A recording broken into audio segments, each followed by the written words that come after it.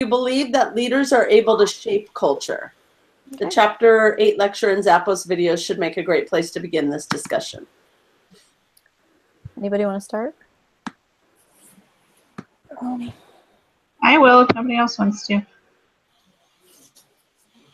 Go ahead, go for it. I think that leaders have a great deal on how they shape culture, and I think it really highlighted in the chapter the control, like what they have control over. And one that really stuck out to me that I know that I've experienced personally is the organizational stories that we tell, or the leaders tell their employees or their followers, and how that actually plays into making it a good organizational culture or a bad or negative.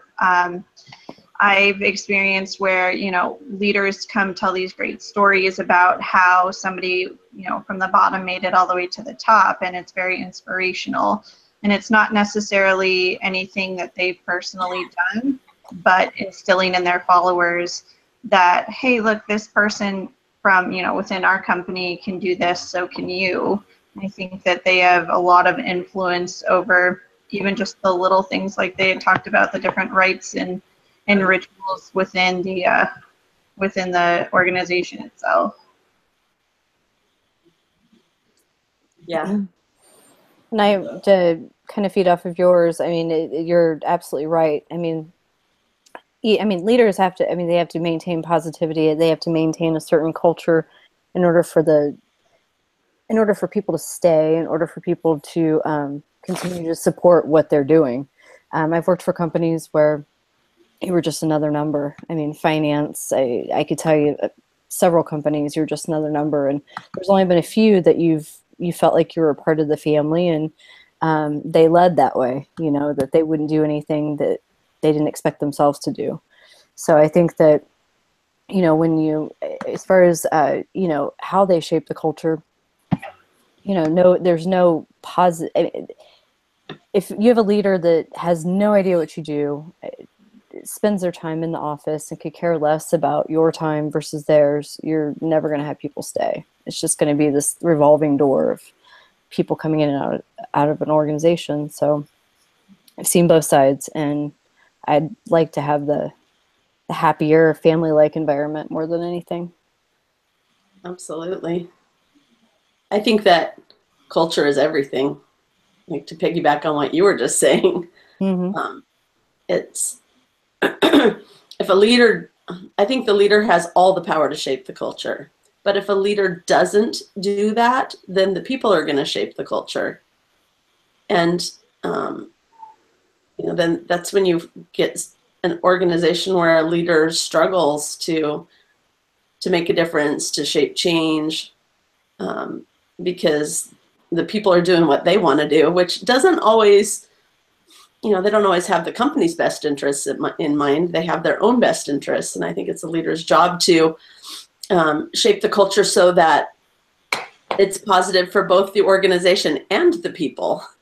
And, you know, the book talked about assumptions and values and symbols and all those things being really important, things for a leader to focus on. And I too have experienced organizations where the culture has been really purposeful. I worked at Starbucks for a while. The culture there is very purposeful. And I've also worked for organizations where the leaders say the culture, they want it one way. They say a lot of things, but their actions don't support that. And so they don't get what they say they want, because they're building this culture of their actions not supporting their words, and that builds the real culture, not what they say they want. I think you made a really good point that the actions need to match the words. Like, if your leader wants to build a really positive culture, but they're, you know, talking down to their employees or talking behind their backs, I think that makes a huge difference. Then you're not actually creating a positive culture like you want. Yeah. That's kind of happening, like where I'm at right now, is that like some of the culture, they perceive it wanting to be, you know, this family-like, we're all positive, kind of helping one another out, doing sales together and making it fun. But then there's this one employee that they'll all talk about but not make a difference with it. Yeah. Because he has a negative impact on our entire culture in the company. And instead of eliminating that issue, they just talk about it. So there's never actions to what they're saying. And I think that kind of creates havoc for everyone else because they are fighting to like keep this positive atmosphere, but they have this one person that just drags them down when they walk through the room. And so I think, like you said, Keisha and Samantha and everyone actually, that you have to stick by what you say, because if you don't, you're just messing up the culture anyways. Yeah. I think that part of the problem with like the whole talking about people instead of dealing with the issues, you know, that when I've been in an organization where they're constantly talking about people but not confronting the issues, or they confront them in a really passive aggressive way, it always makes me wonder, what are they saying about me when I'm not there?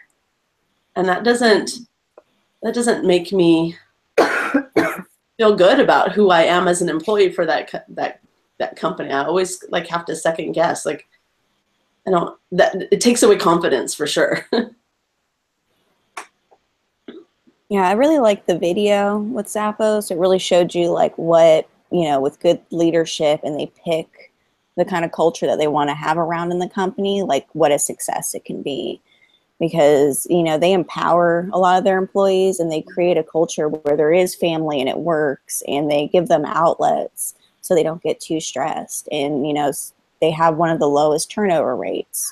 And it shows that people want to be a part of this company, and they've made it their culture a part of it as well. And it's really nice to kind of see that, because it shows, you know, the more engaging side of stuff, like when you can engage employees, what more they're willing to do for the company, because they see themselves as like one of the stakes of the company. Like they really want to go out there for it. And sometimes I've mostly dealt with the opposite side, where it doesn't feel like I'm like getting really engaged in my company. And, you know, seeing that kind of stuff really makes me strive to kind of be a part of something like that.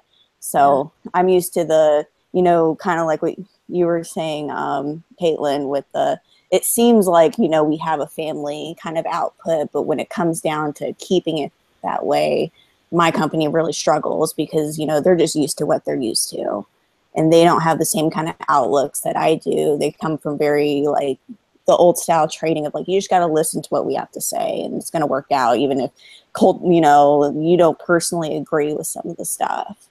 So I really like the videos, how it kind of showed all this new, like, you know, way of going about stuff, and how leaders can make such a big difference in a company. What I really loved about the Zappos video is how purposeful. You could tell it was really purposeful. Like the management was purposeful about creating that environment. It didn't just happen. And you can, I mean, any company could be like that. It's just, what's the bottom line? Values, right? Right. It's all about money anymore. I mean, that's the unfortunate thing.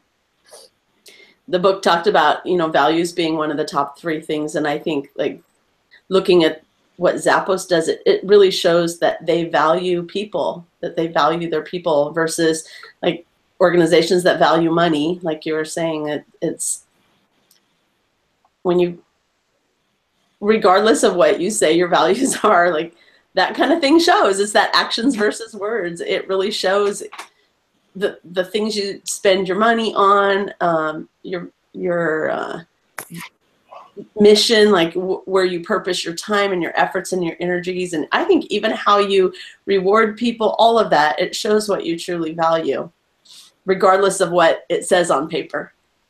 Right. No, I agree.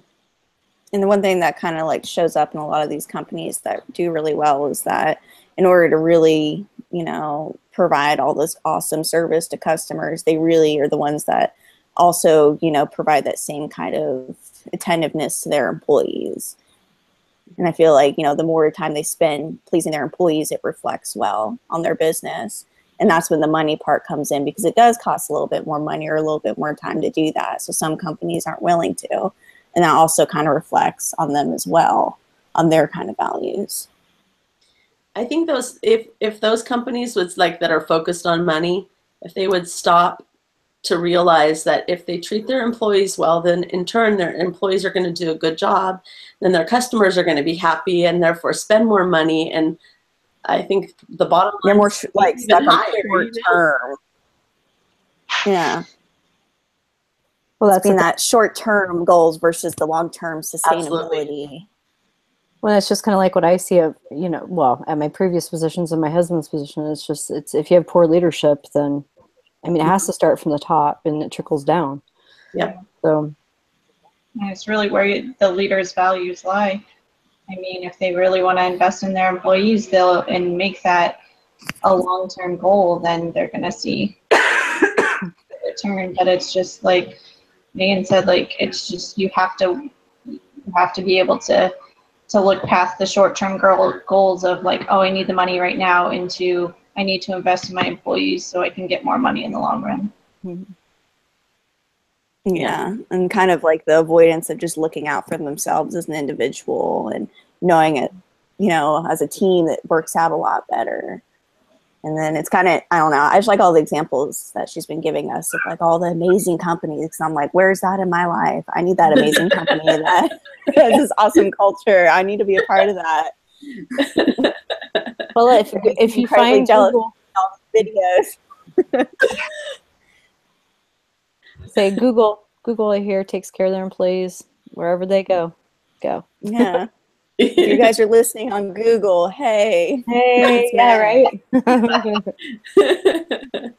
Oh, Let me be a part of that. Culture has to be purposeful and it takes time. It doesn't happen overnight. So, you know, be Yeah. invested for the long haul to build the kind of culture that's going to sustain the organization to become great instead of just another organization.